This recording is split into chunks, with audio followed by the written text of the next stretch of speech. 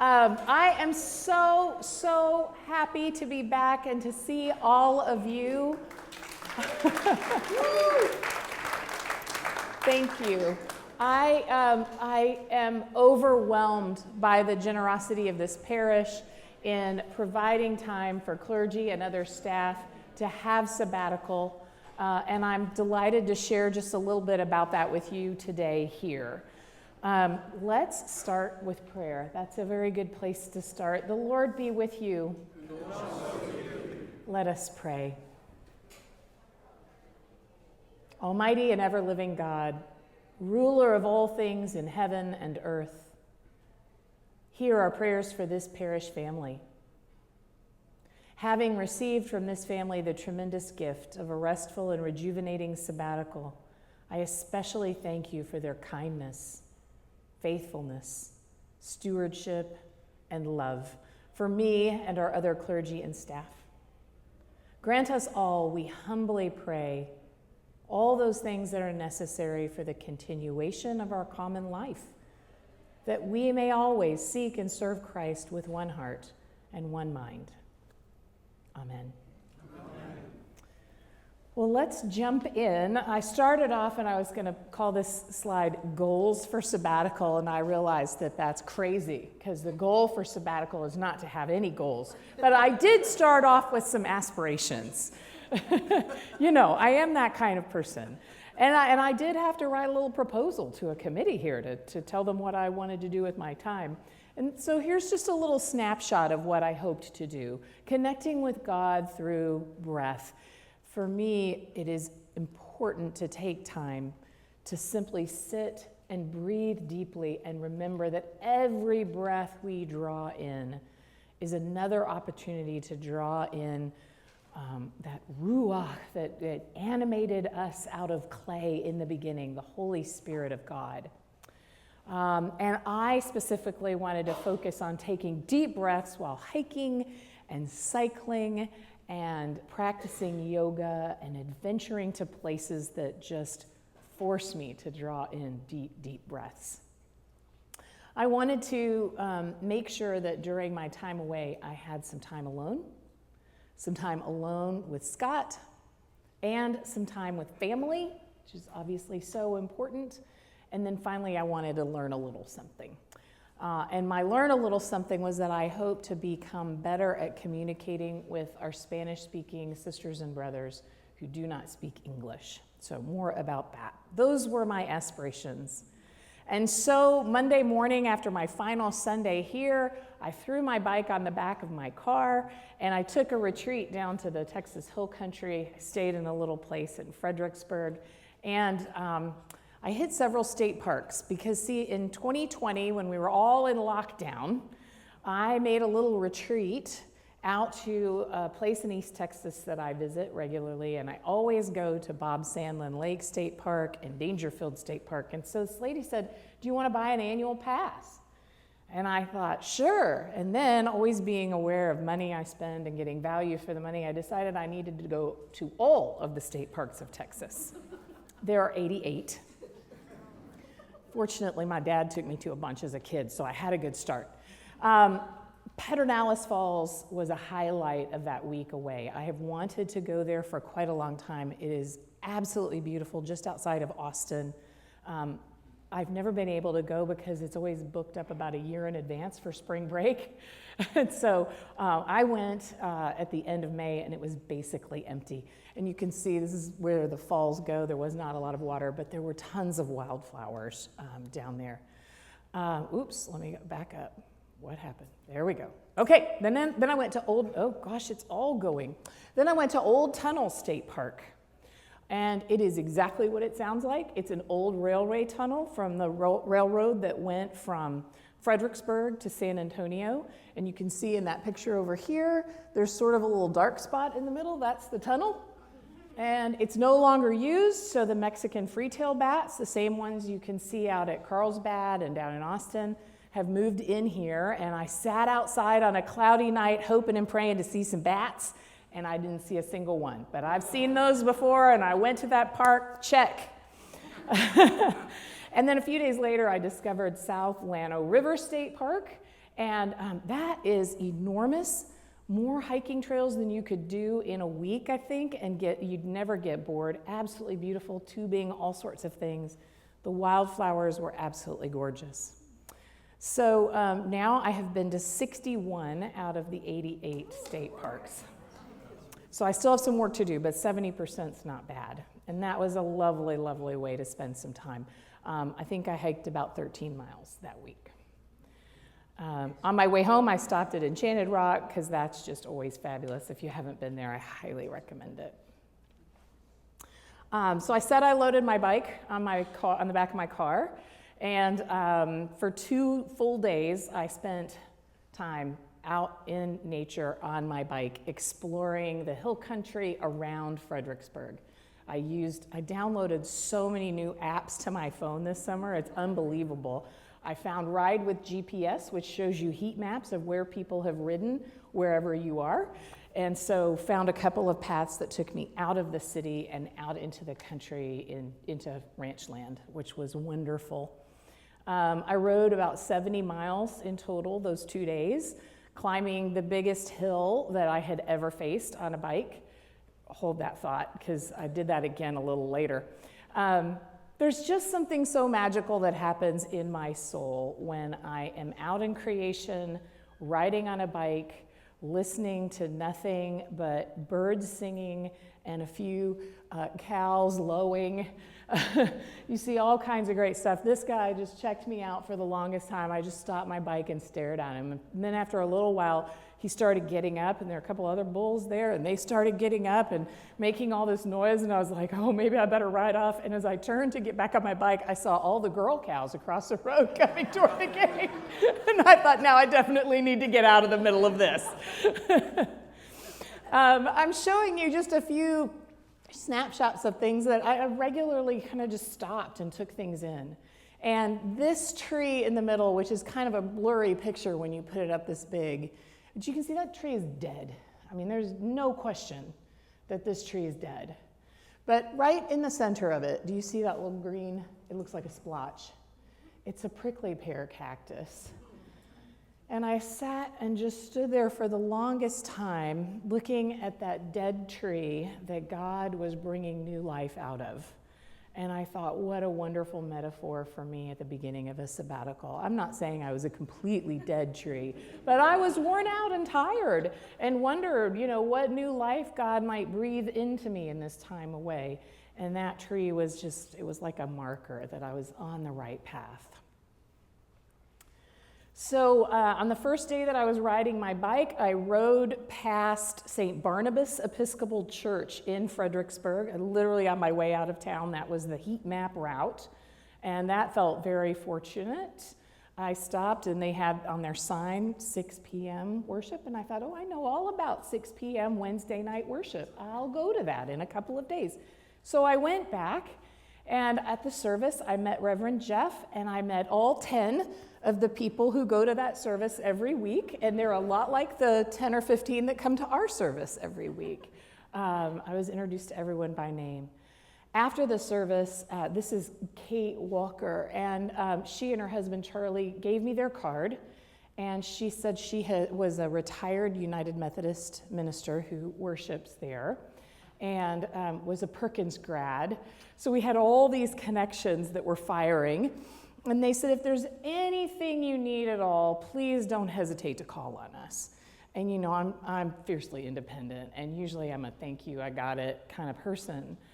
But the Spirit just moved in me, and before I could stop myself, I was saying, actually, I'm having trouble with one of the tires on my car.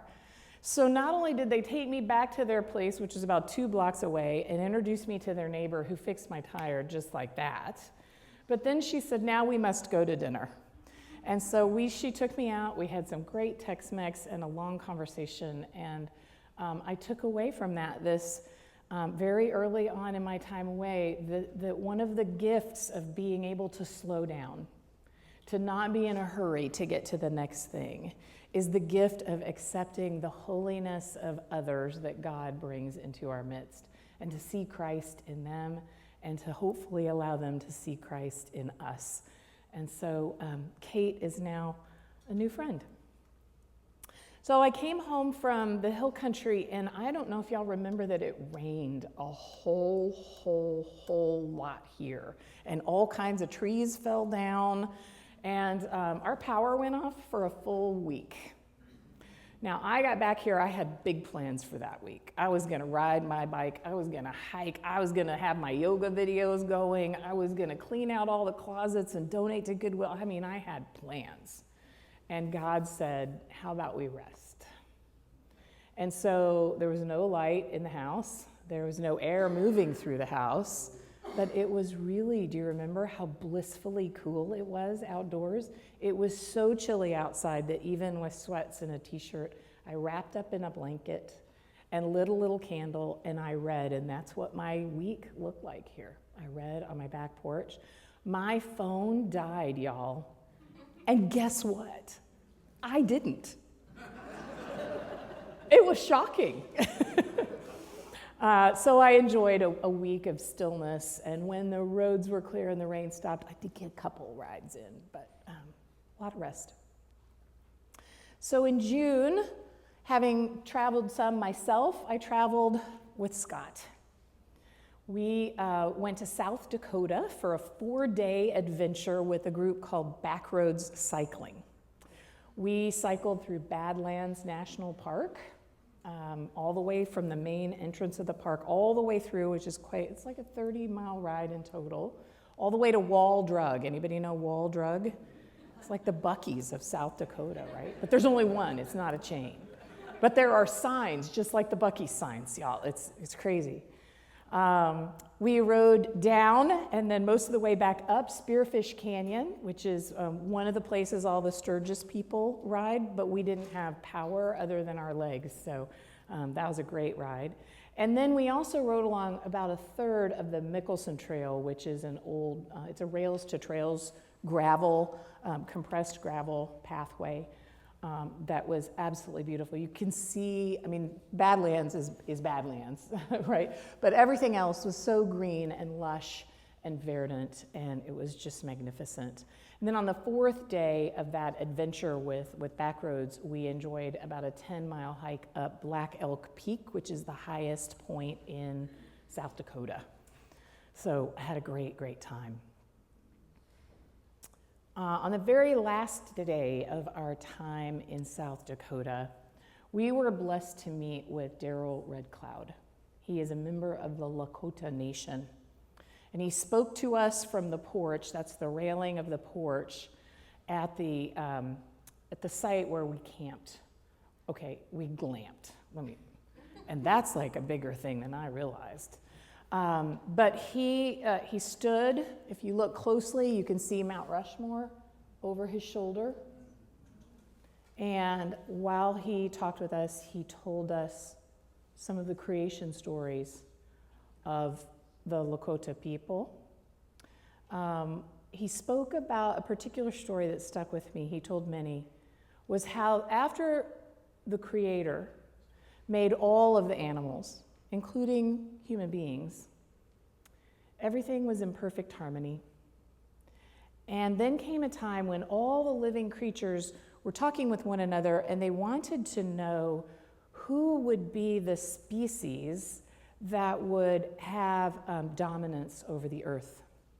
And so to answer that question, they decided to have a foot race around the Black Hills, which is all sacred territory to this people.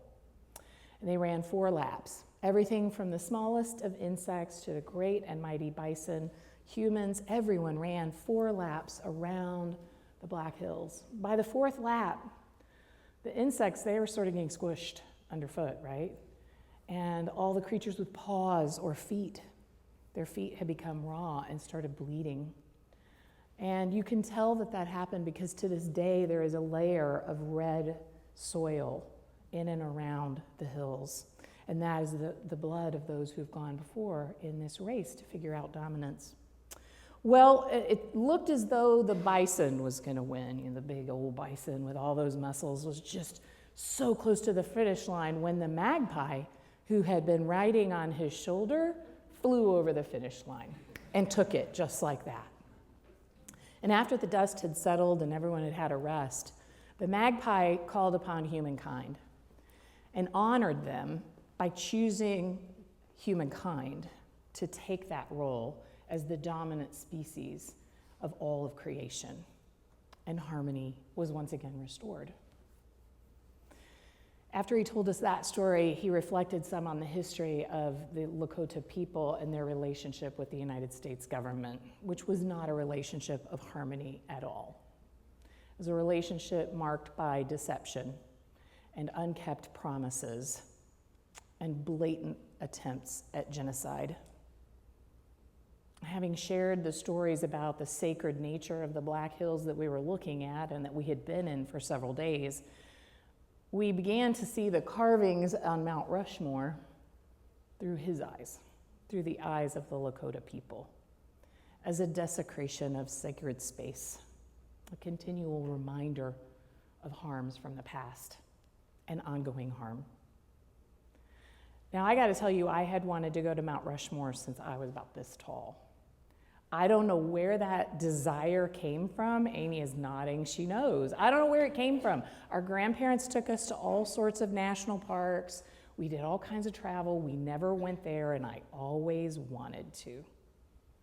So that day, after we listened to Daryl Red Cloud, we all got in the vans and headed over to Mount Rushmore. And arriving at this place that I had longed to see for decades, that's what we saw. Because the clouds had descended, and that's Mount Rushmore, right there. And I'll tell you what, I arrived at this place that I'd longed to be in for my whole life and couldn't see the thing that I wanted to go there to see, and I was completely okay with it. There was something wonderful after the morning we'd had, just to walk around and to listen to the birds sing and to see the deer and the squirrels and everything else, and to look up at the trees and the clouds. A fraction of a minute before we left, the clouds blew away. We turned around, we saw the presidents, we had our picture taken, but I really think this was the experience. So now there were several cycling adventures that I had to choose from as I was planning. And I chose this adventure in South Dakota, yes, because I wanted to go to Mount Rushmore my whole life, but also because I am a bucket list person, and at the time I was planning my sabbatical, I had been to 46 out of the 50 states. And I knew that if we went to South Dakota, we could rent a car because my husband is sweet and good and does things like this with me, and we could drive to Nebraska and hike in the national forest in Nebraska, and then when we were done, we could rent a different car and drive to North Dakota. And so states 47, 48, and 49 are in the books. These are places of profound beauty. And especially in the time of year that we were there, we were able to hike and be in places where we didn't see anyone else for hours. We heard birds. I downloaded Merlin. It couldn't identify everything. There were so many. It was just wonderful to see the handprints of God everywhere we went. State 50, because I know you're wondering, is Vermont. I know it's ridiculously easy. We'll probably go next fall, right? That was not a good face. I don't know if y'all could see it. It was like, what? So just like I've kept a list of all the Texas state parks that I've been to, I've also got a list of national parks. There are only 59 of those compared to the 88 here in this state, and they are so spread out, and some of them in Alaska you can barely get to. But I've been to about 20 now, so I've got a lot to look forward to in years ahead. We got on a plane in North Dakota, and Scott and I flew to Dallas, and I kissed him goodbye in the plane and grabbed my things and ran off the plane and went down a few gates and got on another plane and went to Louisville, Kentucky. I had been elected as the third alternate deputy from the clergy orders, and two folks ahead of me dropped out for various reasons, so I was the first alternate, and the diocese pays for the first alternate to go because they're often needed on the floor. So for about 4 days in Louisville, I sat in the back in the peanut gallery with all the other alternates and watched the proceedings. And I hope that you all had a chance to read the e-news column that I wrote about that experience. It was remarkable. Due to TJ and Al's press deadlines for e-news, I wrote that before the last day, which was the best day. On Friday, one of our clergy deputies had to return home early, and so I was actually seated on the floor of convention. That's this picture here in the middle with "God Thinks You're Fabulous." Yes, I wore that t-shirt on the floor of General Convention. It was the day that General Convention approved the inclusion of the marriage rights for same-sex couples in the Book of Common Prayer on a second reading, accomplishing that which we have worked so hard for here and in other places throughout the church. It was the day that we agreed and voted in that the Philadelphia 11 and Harriet Tubman would have feast celebrations as saints of the church. After the Philadelphia 11 vote, all of the clergy who were ordained were invited to stand and celebrate our ordination and in gratitude for those who had gone before us. And it was really one of the most powerful things that I did all summer long. It was amazing. Okay, then I took a girls' weekend trip with 2 seminary sisters who live here to visit a third who had moved to Oregon. And what happened in Oregon stays in Oregon, y'all. We had a great time. But that's what happened in Oregon. When I came back, I will tell you, I brought with me the souvenir no one wants. So I had another week and a half of God-imposed rest on my sofa. But that passed, and then came time for that third component of one of my aspirations, which was to travel with our family. I did not ask my boys permission to use these pictures, so I think I owe them lunch now. We traveled to Mexico City, and this picture was taken in Lincoln Park, just very close to the apartment where we stayed. It was taken about 3 hours after we landed. We had dropped off our bags, but we're not allowed to go into the flat and freshen up. So this is just us in all our travel exhaustion in Lincoln Park. While we were in Lincoln Park, we saw this statue. I noticed this statue, and it came to be something that really was representative of what Mexico City tries to do and what they're about. I don't know if you can see clearly, it's kind of blurry. There are 2 figures. One of them is made out of buildings, symbolizing industry and civilization. The other is green and very plant-like. And we found that architecturally, there was so much sensitivity to designing the city around creation, around the created order. So buildings had walls of plant life growing up the side of them, not just ivy, but intentional plantings. Sidewalks, atria, everything was just so green and lush there. We realized real quickly that it's a fabulous city for biking. There were lots of folks biking. There are also more cars than I don't know that I would road bike there, but there were lovely trails. And we explored some of them on an architectural bike tour of the city, complete with tacos and ice cream and all the things that make cycling so marvelous. The food scene in Mexico City is crazy, y'all. I went to breakfast. Evidently, you can do this in Dallas, but I did not know that people would serve you nachos with eggs on them for breakfast. And they just call them chilaquiles, and then it's okay. So I learned some things. There are wild entertainment things to do. We went to Lucha Libre, and it is crazy, right? It's crazy and fun. On a more serious note, Mexico City is a place that is steeped in religious tradition. In the Museo de Antropología, I don't think I was supposed to say that G so hard. Anyway, we came across this mural, and it's enormous. Probably, I'd say, a third of this wall, and it's up high on the ceiling. It tells the ancient Mayan creation myth. So according to this story, the world of humans was preceded by the complete destruction of an earlier world due to a sudden flood caused by the anger of the gods. Sound familiar? After this destruction, the world was recreated. The first father and the first mother shaped human beings out of corn dough. So you can see there's a corn stalk in the middle, and it's attached itself to the arm of this human that is being created. And so because of this, the Mayan people referred to themselves as people of corn.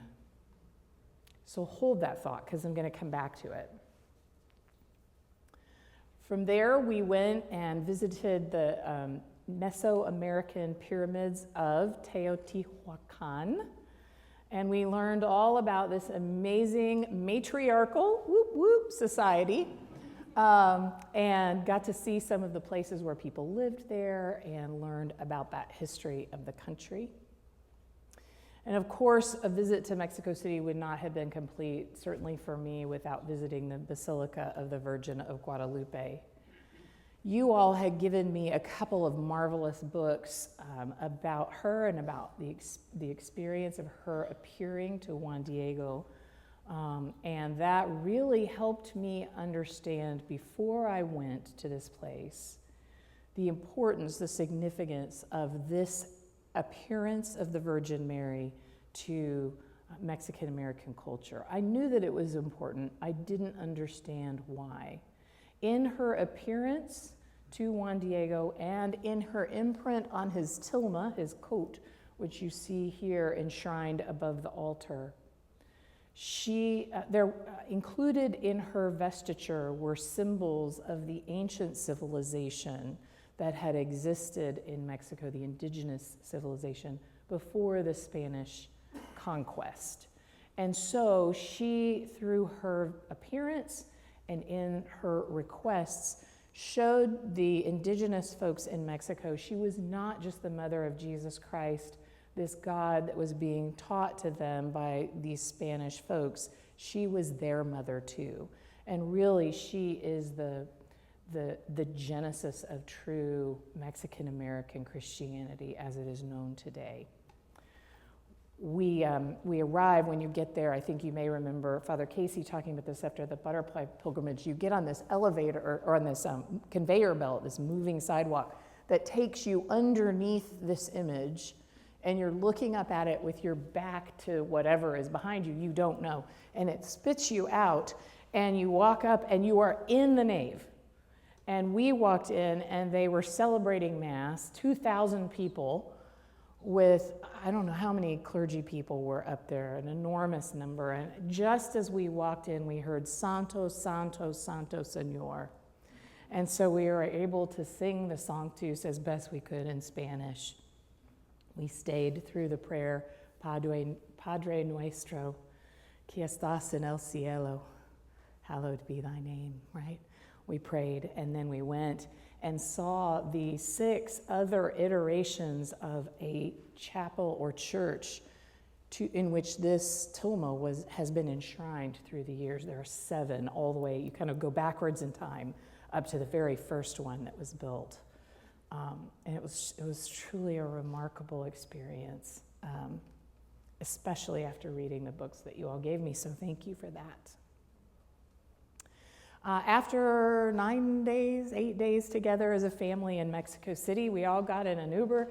We went to the airport. Those guys got out and got on a plane and came home. I stayed in the Uber and went and met a group of people from the Diocese of Oregon through that connection of my friend who is up there, who we visited, and met them. And we got on a bus and went to Cuernavaca, to the Diocese of Cuernavaca, where I participated in 2 weeks of Spanish immersion classes. We got there on a Saturday, spent that night and the next morning together getting to know each other, worshiping at St. Michael and All Angels in Cuernavaca. And I worshiped as best I could. I really felt like I was holding onto reins behind a horse that was running in Spanish that I had no idea what was going on. But remember I told you about that creation story. People are made out of cornmeal. On the side of that church was this extraordinary mural. And so I looked at it and I saw a stalk of corn, a man who looks like a very hot-looking Jesus. I mean, right? And a dove. And I just knew that this is an image of the Trinity. And so we had this lovely conversation about how it is that we come to see and know and understand God. And I wouldn't have seen that, I wouldn't have noticed it had it not been for that time in Mexico City together at the museum. Classes were tough. We were all divided into classes of 3 or 4, and they were tough. You see us with our heads, kind of straining. But I learned to speak enough Spanish and to understand Spanish well enough that the following Sunday, I was honored to proclaim the gospel in Spanish while serving with the presiding Bishop of Mexico as his deacon. And I think I understood, it was nice. We had all those weeks of bread, and so Pan, right, I could understand a lot of his sermon that day. So that was great. While I was on sabbatical from Transfiguration, I was not on sabbatical from worship. While we were apart, I worshiped at St. Peter's in McKinney, went to the Uptown service at Incarnation, went to Ascension, went to Emmanuel Episcopal in Rapid City, South Dakota, sorry. We went to St. Thomas the Apostle here. We went to Watermark. We did. Talk about that later if you want to. Went to Christ Church in Mexico City. We went to St. Michael and All Angels in Cuernavaca. I went to St. Marcus Anglican in Alpueco, Mexico. We came back and I went to San Francisco de Asís here in Dallas. And finally, a week ago, we went to Good Shepherd. And if you were counting weeks and pictures, yes, I missed some. I worshiped God one Sunday with Scott while hiking through Theodore Roosevelt National Park in South Dakota. I worshiped one Sunday on a beach in Oregon with 3 women that I went to seminary with. And I worshiped virtually with all of you one Sunday in July when I had the COVID. And it was such a gift to be able to meet so many of our brothers and sisters in Christ around the world while I was away. And every time I went to a new church, I was reminded of everything I love about this place. And every time I met new faces, I was reminded of all of yours. And it really kept me tethered to you, even though I was not here in person. So I'm just going to end here because I don't know how to thank you enough for the time that I enjoyed while I was away. After 10 years of ordained ministry, with lots of those years spent leading congregations through hard times, a merger at one church, the retirement of a beloved rector at another, a pandemic. It was such a blessing to have time away to pause and reflect on God and what God is calling me to do and who God is calling me to be now as a pastor and priest. So I set out to connect with God through reconnecting with my breath. I wanted to hike and bike and practice yoga, and I did all those things, although I regret that I didn't get more yoga in. I set out to adventure to places that would lead me to inhale deeply in wonder and awe. And my time away was filled with wonder and awe in so many ways that I didn't expect. I set out to soak up time with Scott and with our boys and with myself, knowing that God would be present with me in all these moments.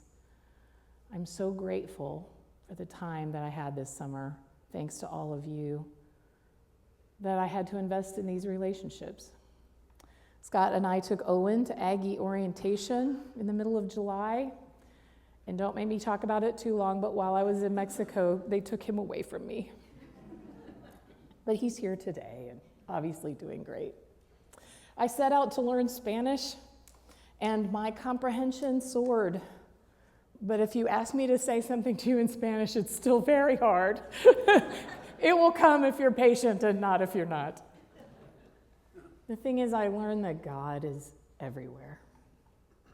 That this world God made is breathtaking and life-giving and miraculous. I learned that being bored is amazing.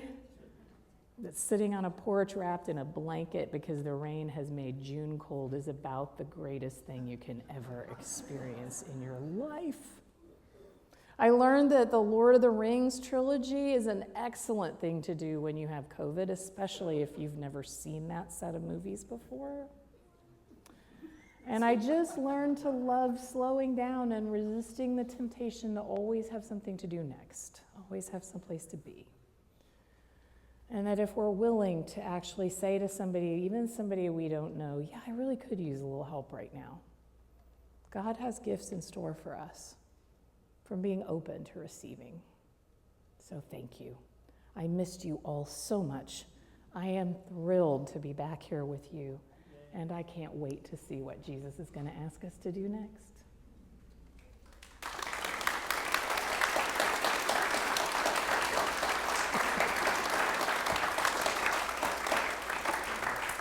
I don't know that I saved as much time for questions as I had hoped. There are probably 1,000 more pictures that are not here. But if you have any questions, I'm happy to answer now or catch you. Yes? So I wanted to make a point. You say you don't know Spanish, but we sing Visa Guadalupe every other week. That's true. I know that Spanish really well. If you want to come talk to me about that and sing together, I can do it. We did go see the Crazy Horse Monument, and we had a lot of opportunity to spend time in the museum that's there. Crazy Horse is a monument that Native people are building nearby Mount Rushmore, and we learned the whole story of its construction, and it's really quite impressive. If you stand really hard, especially if you have a little postcard showing you what it's going to look like, you can definitely see that it's starting to become very clear. Yeah. Was this your first sabbatical ever? Yes. Well, I'm betting, based on this, it will not be your last. You'll squeeze in another one. From your lips to God's ears. I was wondering when you were in North and South Dakota, if you had a chance to visit any of the tribal communities on the reservations. We did not. I packed the trip too full for that, and if I were to do it over again, I would have, instead of just renting cars and skedaddling to go do other things, I would have stayed put and done some of that. Missed opportunity. Yeah, I have to go back. There's another 2/3 of that trail that I didn't ride yet, too. Did you stop at the Minuteman Museum? At the Minuteman Museum, we didn't. Near Batman? No, we didn't. Our bus driver just went straight to the park. So, another time, yeah. Did you use your phone as a camera? Yes, I used my phone as a camera. Although I will say some of these pictures were taken with Scott's really good camera. And at this point, I don't know which ones are which. Probably the ones that are kind of blurry, blown up, were from my phone. We're so glad you're back. Thank you. It's so nice to be here.